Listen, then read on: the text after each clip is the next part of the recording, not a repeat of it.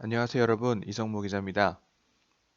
지금 화면에 보이는 기사가 나온 후로 며칠 된 것 같아요. 한 아마 5일, 6일, 5일 정도 된 것 같은데 그 후로 많은 분들이 연락을 주셨어요. 일단 이 기사는 제가 2018년 12월에 쓴 글 이후로 진행된 한국 소송에서 제가 불기소 판정을 받았다, 불기소 무혐의 판정을 받았다라는 기사고, 많은 분들이 연락을 주셨고 괜찮냐 응원의 메시지도 보내주시고 하셨었는데 다 답변을 못 드려서 죄송해요. 그 후로 제가 며칠간 어떤 답변도 못 드려서 죄송을 하고, 이 건에 대해서 한번 있는 사실 그대로 솔직히 여러분께 말씀을 드릴 방법을 찾다가 글로 풀기가 너무 길어질 것 같고 힘들고, 그래서 그냥 있는 그대로 말로 여러분께 정리를 해드리려고 이 방송을 합니다. 기사 내용은 일단 불기소가 나온 이유가, 가장 대표적인 이유가 허위라고 볼 수 없고, 제가 쓴 글이 허위라고 볼 수 없고 공적 관심 공익에 해당한다라는 내용이었고요. 일단 제가 이 방송을 본격적으로 하기 전에 이 소송이 끝날 때까지 도와주셨던 변호사님, 그리고 누구보다도 많은 압박과 부담을 가지고서도 그래도 용기 내서 나서주셨던 증인분들, 그리고 지난 처음 이 사건이 터졌을 때부터 지금까지 계속 응원의 메시지 보내주시고 계시는 축구팬 여러분, 모든 분들께 감사의 인사 먼저 드리고 싶습니다. 그런데 아직 이 소송이 다 끝나지가 않았어요. 그래서 지금 현재 제 상황은 1년 넘게 두 나라에서 소송을 하면서 모두 승소를 해도 제가 파산하게 되는 이런 상황에 놓여 있습니다. 이것은 저도 마찬가지고, 저 지금 현재 진행 중인 제 영국 변호사 분들이나 제 주변 분들이 봤을 때 모두 이건 너무나도 말이 안 되는 상황이고 불합리한 상황이기 때문에 제가 여러분께도 의견을 여쭤보고 싶고요. 여러분이 보시기에는 이 상황이 과연 합리적인 상황이라고 생각하시는지, 왜 그런지는 제가 천천히 설명을 드리겠습니다. 일단 지난 1년 동안 저는 고소인에게 했던 약속을 지켰고요. 이 사건을 기억하시는 분들이 많을 거예요. 이 사건을 기억하시는 분들, 최근에도 여기저기서 글이 나오는 것 같던데, 가족을 위해서 더 이상 공론화를 하지 말아달라는 부탁을 저한테 했고, 제가 그 부탁을 들어주겠다고 약속을 했었고, 저는 그 후로 오늘 이 방송을 하기 전까지 단 한 번도 이 건에 대해서 공론화를 한 적이 없어요. 어떤 경우에도 공식적인 자리에서 정말 많은 분들의 문의를 받았지만 답변을 드린 적이 없고 언급한 적이 없습니다. 그리고 사실 이 한국 소송은 10월에 경찰 결과 발표가 났고 11월에 검찰 결과가 나왔어요. 이미 3달, 4달 전에 결과가 나온 사건입니다. 한국 소송에서 이기고도 3개월, 4개월간 결과를 발표하지 않았어요, 지금. 그 이유는, 저는 지금도 이 방송을 하면서도 마찬가지고, 정말 저는 안타깝지만, 저는 이 사건을 양 가족, 모든 주변에 있는 모든 분들, 증인들, 그 모든 분들을 위해서 한국 소송 결과를 발표하지 않고도, 공론화하지 않고 그냥 조용히 끝내려고 했어요. 그래서 제가 할 수 있는 1년 이상 제가 할 수 있는 모든 노력을 다 했습니다. 그런데도 불구하고 고소인 측은 한국에서 불기소 무혐의 기각이 나온 후에도 누가 들어도 이해할 수 없는 비상식적인 합의 조건을 계속해서 요구하고 있고, 그래서 이 소송이 지금 1년 넘게 이어지면서 이제는 저 자신뿐 아니라 제가 저의 일이나 경제적인 피해나 정신적인 피해, 저만이 아니라 어쩔 수 없이 이 소송으로 인한 피해가 제 아내와 제 딸에게까지, 제 딸의 교육 문제까지 이어지고 있는 상황이라서 더 이상은 저도 저 개인이 아니라 제 가족의 가장으로서 이 상황을 그대로 두고 볼 수만은 없는 상황이 됐고요. 그래서 지금부터 이제 한국 소송의 결과와 영국 소송의 상황에 대해서 말씀드리기 전에 이 방송을 하는 목적부터 분명하게 말씀을 드리겠습니다. 지금 제가 이 방송을 하는 첫 번째 목표는 일단 한국 소송의 결과를 분명히 밝히는 거고요. 지금까지 나왔던 기사나 여러 가지 중에서 밝혀진 부분도 있고 밝혀지지 않은 부분도 있어요. 그 부분에 대해서 오늘 말씀을 드리려고 하고, 그다음에 지금 아까 말씀드렸다시피 승소를 해도 파산하게 되는 이런 지극히 불합리한 영국 소송의 상황을 여러분께 알리고 싶고요. 그래서 지금 제 가족 1년 넘게 정말 여러 가지로 힘들어하고 있는 제 가족을 더 이상의 피해로부터 보호하고, 그리고 저희 가족, 고소인의 가족, 저의 가족 모두가 파산하게 되는 그 소송을 막기 위해서, 그리고 이 사건에 대해서 알고 지켜보고 계신 모든 분들에게 그 어떤 것이든 도움을 구하기 위해서 이 방송을 합니다. 그리고 저는 사실은 솔직히 말씀을 드릴게요. 전 이 방송을 지금 사실은 제가 정말 차분하게 간단하게 정말 짧게 정리해서 이 방송을 만든다고 한번 만들었었는데도 그 방송이 거의 1시간 가까이가 됐었어요. 그래서 지금 다시 만들고 있습니다. 지금 제가 이 방송에서 말씀드리는 부분들은 제가 1년 넘도록 겪은 일들의 정말 극히 일부예요.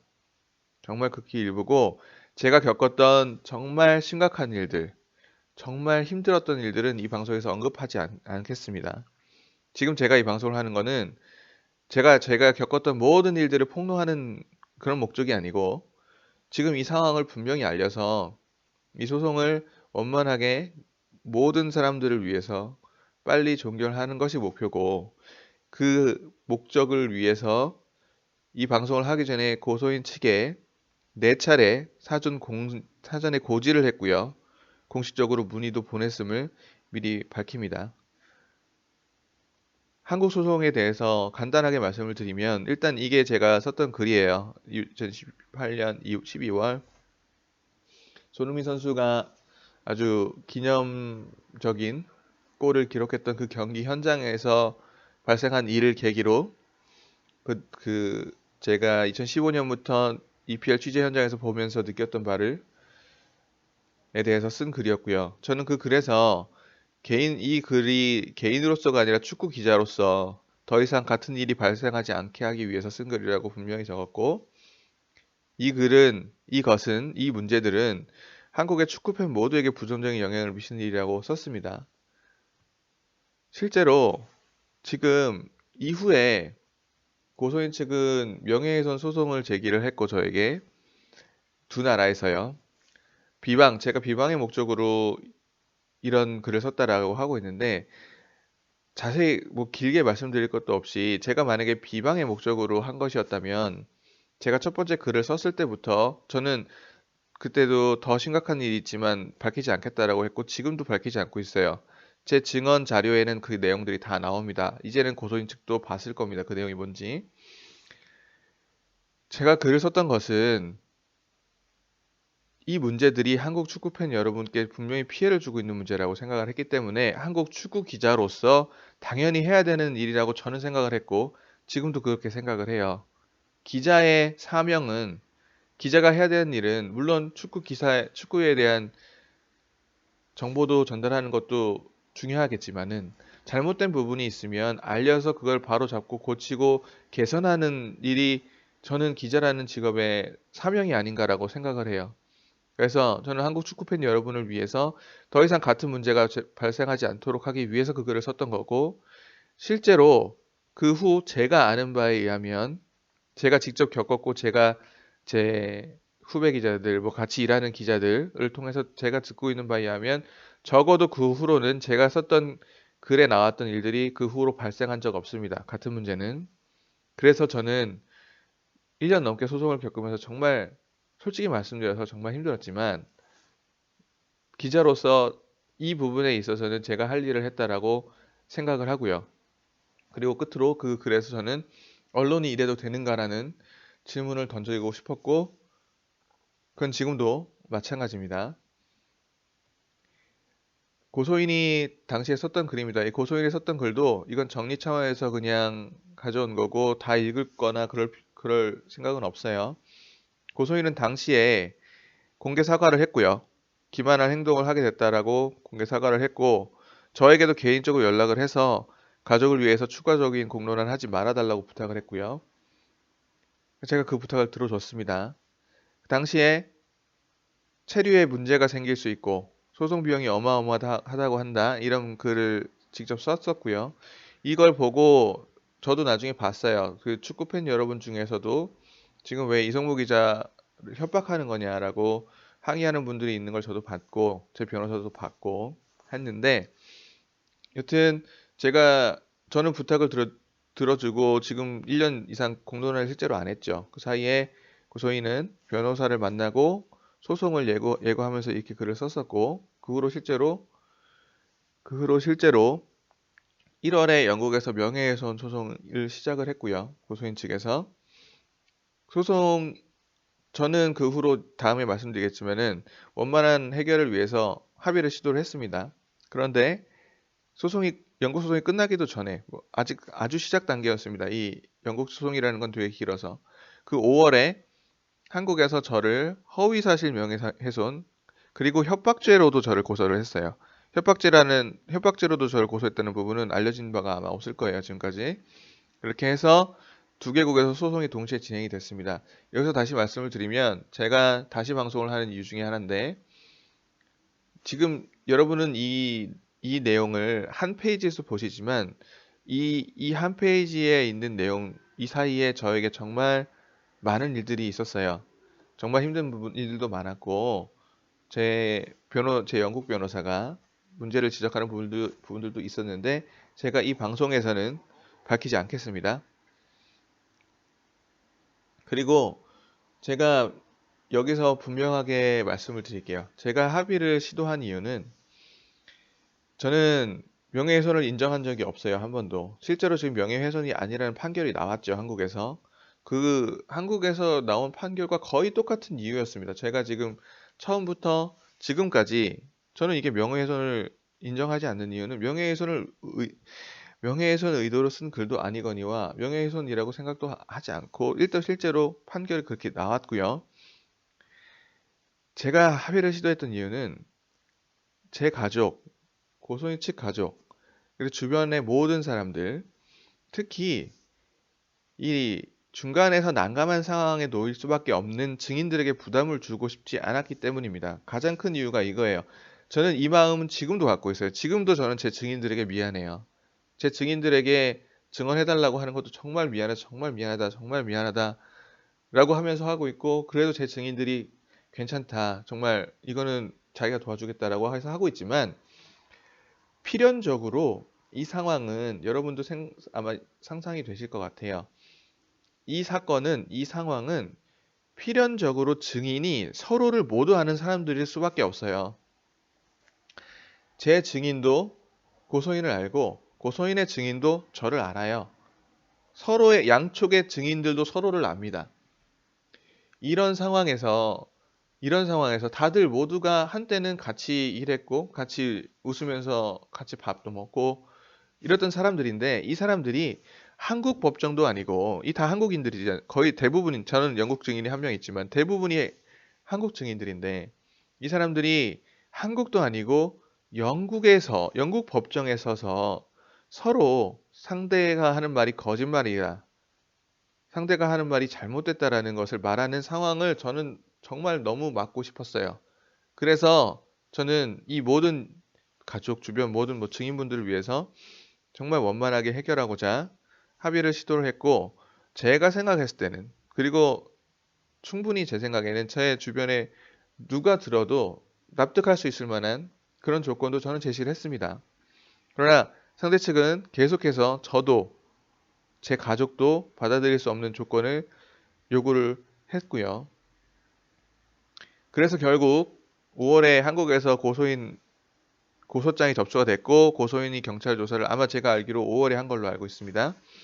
그 후에 6월에 제가 경찰 조사를 받았습니다. 한 4시간 정도 아마 3시간 반, 4시간 이렇게 걸렸던 것 같아요. 경찰서에 가서 조사를 받았고요.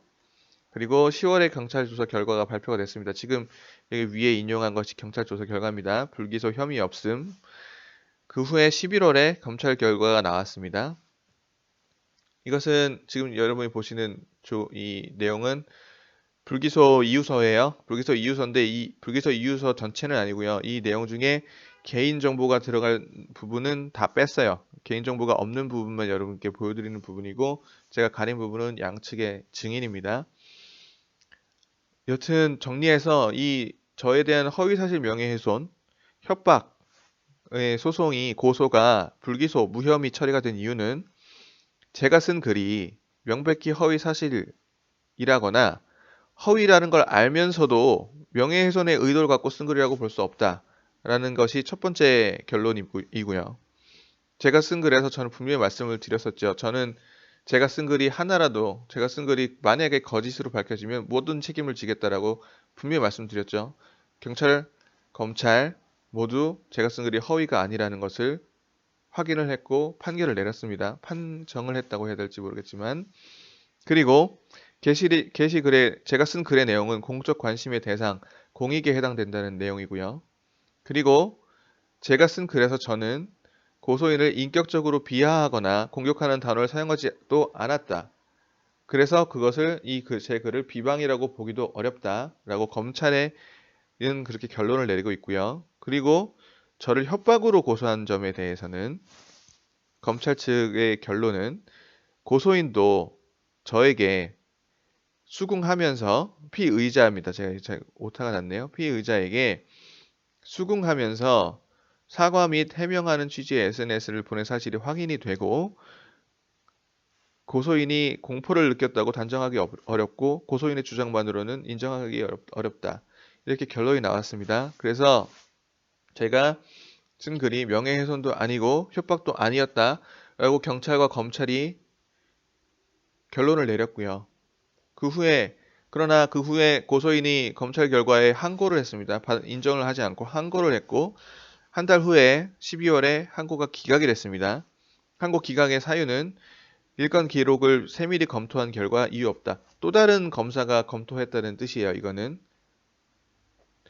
그래서 결론적으로 정리를 하면 한국 소송은 경찰, 저와 고소인과 저 두 사람과 다 대면 인터뷰를 했던 경찰, 그리고 검찰, 그리고 항고 후에 검토했던 고등검찰청의 다른 검사 세 주체가 모두 명예훼손 및 협박의 죄가 없다, 무혐의다라고 결론을 내렸고 그 핵심 내용은 허위가 아니고 제가 썼던 글이 허위가 아니고 비방도 아니고 공익에 해당된다는 내용입니다.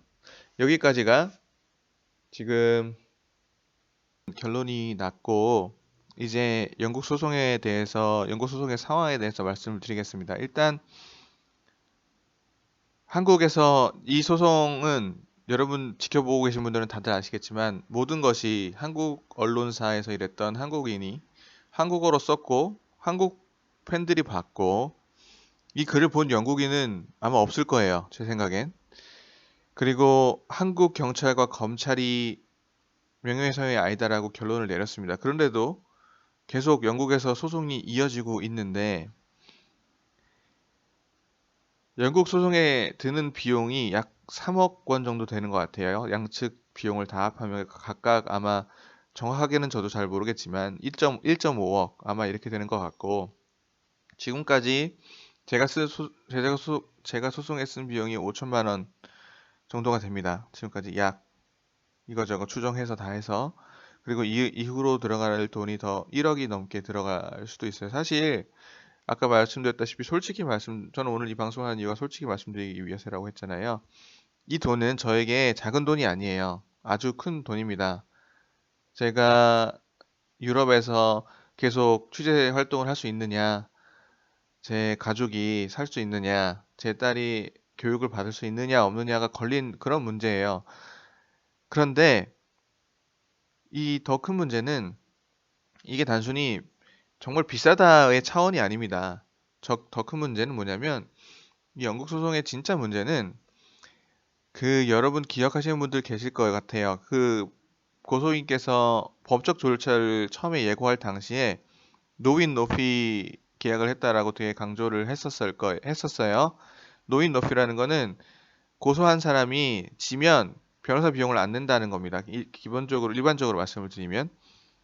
그런데 자기 변호사 비용은 안 내도 될지 모르겠지만 일단 지금 이미 한국에서 명예훼손이 아니라고 결론이 나왔는데 그것처럼 영국에서도 만약에 패소를 하게 되면 제가 제가 고소를 당한 피고소인 제가 고소인이 제기한 소송에 응하기 위해서 들어간 모든 소송 비용, 그게 약 1.5억이 되겠죠. 이걸 다 보상을 해야 됩니다.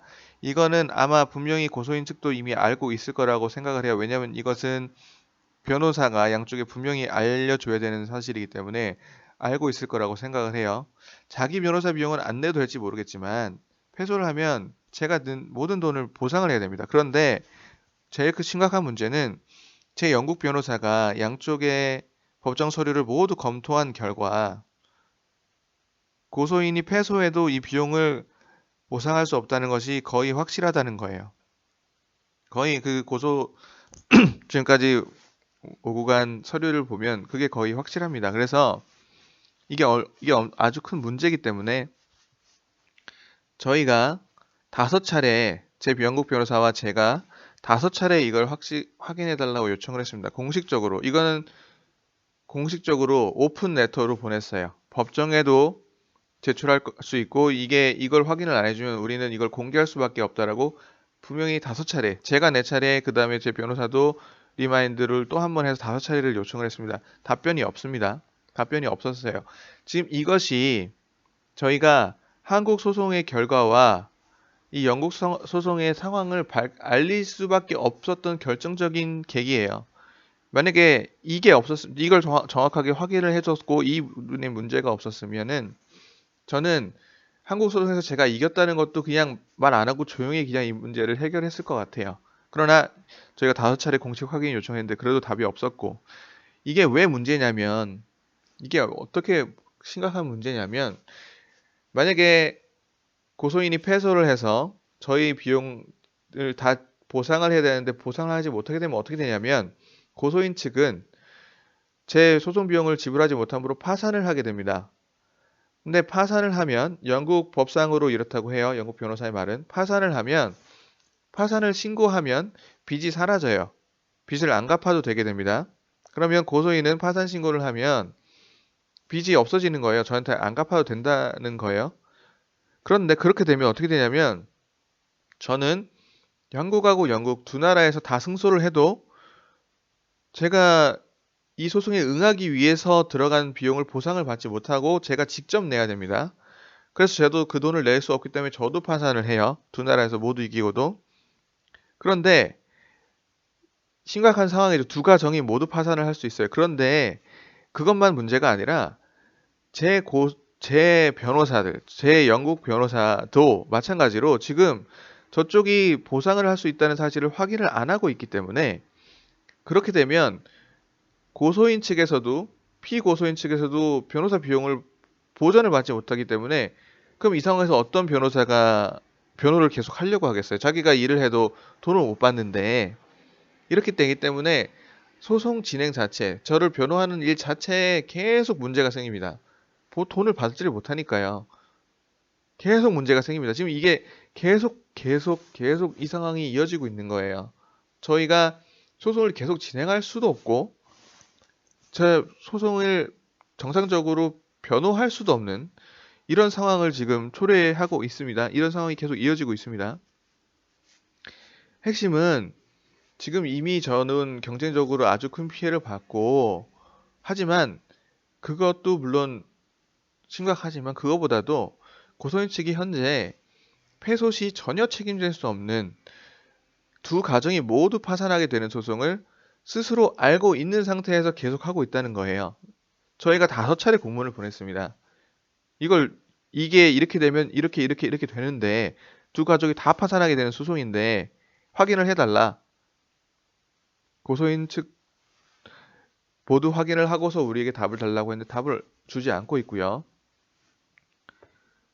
이런 상황에서 고소인 측은 저에게 제가 기자로서 도저히 받아들일 수 없는 비상식적인 합의 조건을 계속해서 요구하고 있습니다. 말씀드렸다시피 제가 이 방송을 하는 것은 지금 이 방송은 폭로의 목적이 아니기 때문에 여기서 제가 이 비상식적인 합의 조건이 뭔지는 말씀드리지 않겠습니다. 그러나 누구나 제 주변에 있는 모든 분들은 제 증인들조차 그건 말이 안 되는 조건이고 제가 아까 말씀드렸다시피 전 증인들에게 정말 너무 미안해서 이걸 끝내고 싶은 마음이 컸다고 말씀을 드렸었는데 제 증인들조차 그 조건을 보고 그냥 소송을 해라. 이건 받아들일 수가 없다라고 하는 그런 상황입니다. 지금 그래서 지금 제 상황이 그러면 이 상황은 뭐냐면 이겨도 파산하는 걸 알면서 소송을 계속 해야 된다는 계속 하라는 상황이에요. 저는 정말로 그것도 이미 한국에서는 제가 이긴 상황에서 한국 본국이잖아요. 이긴 상황에서 영국에서 다른 나라에서 이겨도 파산하는 걸 알면서 소송을 계속하라는 상황이고 정말로 저는 묻고 싶습니다. 정말 물어보고 싶어요. 승소한 사람이 파산하게 되는 소송이 말이 되는 것인지 이게 정말로 이 소송은 두 나라에서 진행되는 소송입니다.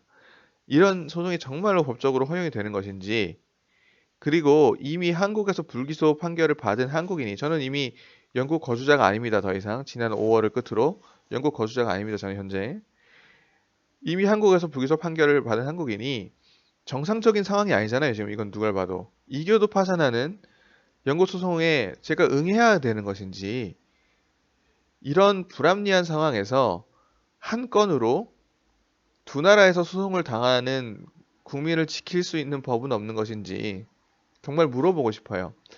법이라는 것이 저는 지금 제가 1년 넘게 소송을 당하고 두 나라에서 소송을 겪으면서 법이라는 것을 직접 체험하고 있지만은 잘못한 사람이 있으면 벌을 받게 하는 게 당연하겠죠. 법이라는 것이. 전 존중합니다. 그런 부분에 대해서는. 그런데 만약에 죄가 없다고 저는 지금 판결이 났잖아요. 한국을 한정하면.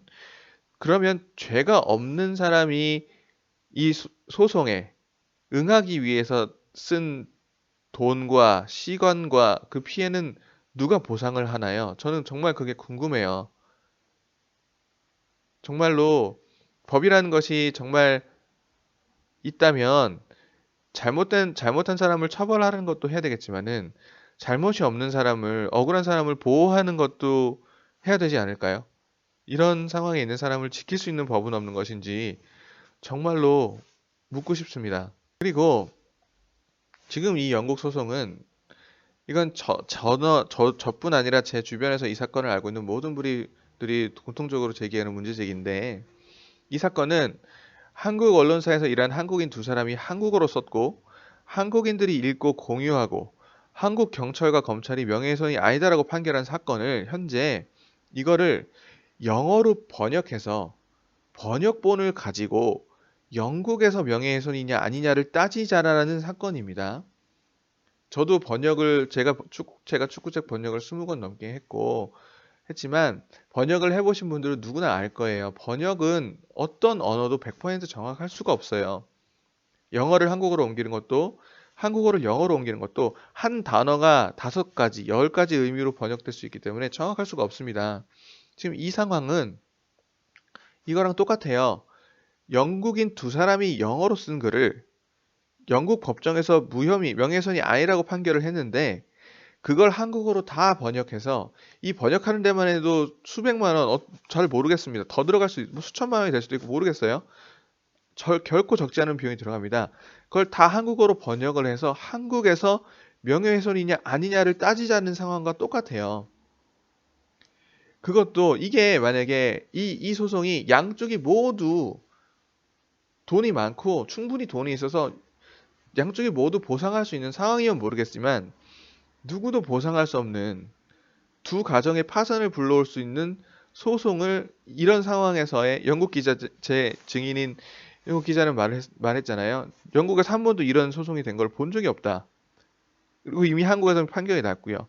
누구도 보상할 수 없는 이런 파산을 불러올 수 없는 소송을 하자는 것이고 저도 이 대목에서 한 가지 말씀드릴게요. 저는 이미 상대 측에도 고지를 했습니다. 만에 하나 한국과 다른 결과가 나와도 만에 하나 저도 보상할 수가 없어요. 저도 그 돈이 없습니다. 이 소송에 들어가는 돈을 보상할 수 있는 돈이 없어요. 저도 그걸 분명히 고지했고 그걸 상대방도 알아요. 양쪽이 마찬가지입니다. 지금 둘 다 보상할 수가 없어요. 그런데 그러면 저는 정말 이 소송이 도대체 누구를 위한 소송인지 정말로 묻고 싶어요. 이게 만약에 명예훼손 소송을 했잖아요. 저에 대해서 저에게 두 나라에서 명예회복을 위한 것이었다면 그리고 제 글이 허위라고 믿었다면 제 글이 허위라고 주장을 했습니다. 실제로. 그러면 그 증거를 그냥 그 즉시 만천하에 공개하면 그 즉시 가능했을 일이 아닐까요? 지금도 가능하지 않습니까? 소송이 필요가 없잖아요. 그 증거를 그 즉시 공개하면 제가 거짓말쟁이가 되고 고소인은 잘못한 게 없는 사람이 될 수 있는데 이것이 지금 누구도 보상할 수 없는 소송이고 영국 소송에서 하고 있는 핵심 주장들은 이미 한국 모국어로 모두 부인이 됐습니다. 같은 사건이고 같은 증인도 거의 똑같아요. 증인이 막 서로 엄청 다른 것이 아닙니다. 그럴 수가 없는 상황이고요. 같은 사건, 같은 증인, 같은 증거로 정말로 본인들이 패소할 경우에 두 가정이 모두 파산하는 소송을 하고 있고 이것이 허용이 될 수 있고 이것을 계속해야 되는 것인지 정말로 물어보고 싶습니다. 다시 이제 정리를 하자면 제가 이 방송을 한 이유는 거듭 말씀드리지만은 저는 지금 말씀드리면서 제가 겪었던 가장 힘들었던 일들 정말 뭐 상대의 변호사가 저희 가족에게 혹은 상대의 증인이 저희 증인들에게 했던 일들에 대해서는 여기서 하나도 언급하지 않았어요. 제가 지금 이 방송을 하는 이유는 이런 상황에서 이 두 가정이 모두 파산할 수 있는 상황에서 현명한 마무리를 지을 수 있기를 바라는 마음으로 저는 이 방송을 하고 있고 더 이상 폭로하고 싶지 않습니다. 저는 더 이상 이 건에 대해서 더 이상 공개적으로 언급하고 싶지 않아요. 저에게 같은 시간이 있으면 저는 이 시간을 여러분과 축구 소식을 전해드리는데 쓰고 싶습니다. 진심으로 어제 있었던 토트넘 첼시 경기, 메시의 기록 이런 이야기 축구팬 여러분과 하고 싶지 더 이상 이것에 대해서 폭로를 하고 공론화 하고 싶지 않아요. 제발 제발 현명한 마무리를 지을 수 있기를 양측이 현명한 마무리를 지을 수 있기를 바라고요. 지금까지 제가 지금 말씀드린 것이 제가 지금 이 소송을 겪으면서 겪었던 일들의 빙산의 일각입니다. 그래서 거듭 말씀드리지만 저도 1년 넘게 이 소송에 대해서 공개적으로 한 번도 언급하지 않고 지금까지 해왔지만 모든 일에 한계가 있다고 하잖아요. 어느 순간에는 저도 최근에는 정말 어떤 한계를 느끼는 부분이 있었고 그래서 여러분들의 도움을 부탁드립니다. 그래서 여러분들이 이 건에 대해서 어떻게 생각하시는지 이 건이 과연 정당한 것인지 이 건이 정말 이래도 되는 것인지 어떻게 생각하시는지 그리고 이런 유사한 경우 아까 제가 말씀드렸던 그런 질문들 이 두 가정이 파산하는 상황을 막을 수 있는 법적인 조언을 갖고 계신 분들이 계시다면 어떤 것이든지 부탁을 드리고 싶습니다. 사실은 제가 지난 이 기사 보도가 나온 후에 지난 한 5일간 많은 분들에게 연락을 받았고 제가 답변을 못 드렸지만 연락 주셨던 분들 중에는 저에게 개인적으로 연락을 주셔서 후원을 하고 싶다고 하셨던 분들도 계셨어요. 제가 축구팬 여러분들께 후원을 받는다는 것은 저는 정말 너무 죄송스러워요. 저는 정말 너무 죄송스러워서 답변을 안 드렸어요. 어떤 분들에게도. 너무 죄송스럽지만은 모르겠습니다. 저도 어떤 것이든 여러분께서 저를 도와주실 수 있는 부분이 있다면 정말 죄송스럽지만 부탁을 드리지 않을 수 없는 상황이라는 점을 양해를 해주셨으면, 이해를 해주셨으면 감사하겠습니다. 마지막으로 부탁을 드리고 싶은 것은 저는 지금도 자신있게 조금 길어지더라도 이 말씀은 꼭 드리고 싶어요. 저는 지금도 자신있게 당당하게 말씀드릴 수 있어요. 제가 그 글을 썼던 것은 그런 일들이 계속 발생하는 것은 한국 축구 언론, 외국 언론들이 있는 현장에서 한국 축구 언론이 어떻게 비춰질 것인가. 한국 축구 언론, 그리고 그보다도 한국 축구 팬 여러분에게 안 좋은 일이라고 굳게 믿었기 때문이고, 기자로서 그것을 사명감을 갖고 이거는 뭔가 해야 된다고 생각을 했고, 제 증인들이, 제 6명의 증인이 있습니다. 6명의 증인들이 모두 하나같이 증언을 했어요. 저는 정말 기자로서 사명감을 갖고 축구 팬들 여러분을 위해서 썼던 글이고, 그것을 공감해 주시고 계신 분들이 많다는 것을 알고 감사합니다. 그래서 여러분, 마지막으로 부탁드리고 싶은 것은 이 사건이 끝날 때까지 부디 잊지 마시고 지켜봐 주시고 함께 해주시면 정말 감사하겠습니다.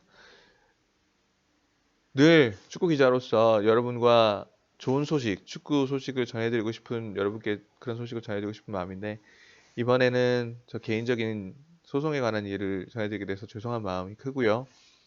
하루빨리 이 사건이 마무리돼서 여러분과 더 많은 축구 소식 나눌 수 있으면 좋겠습니다. 감사합니다.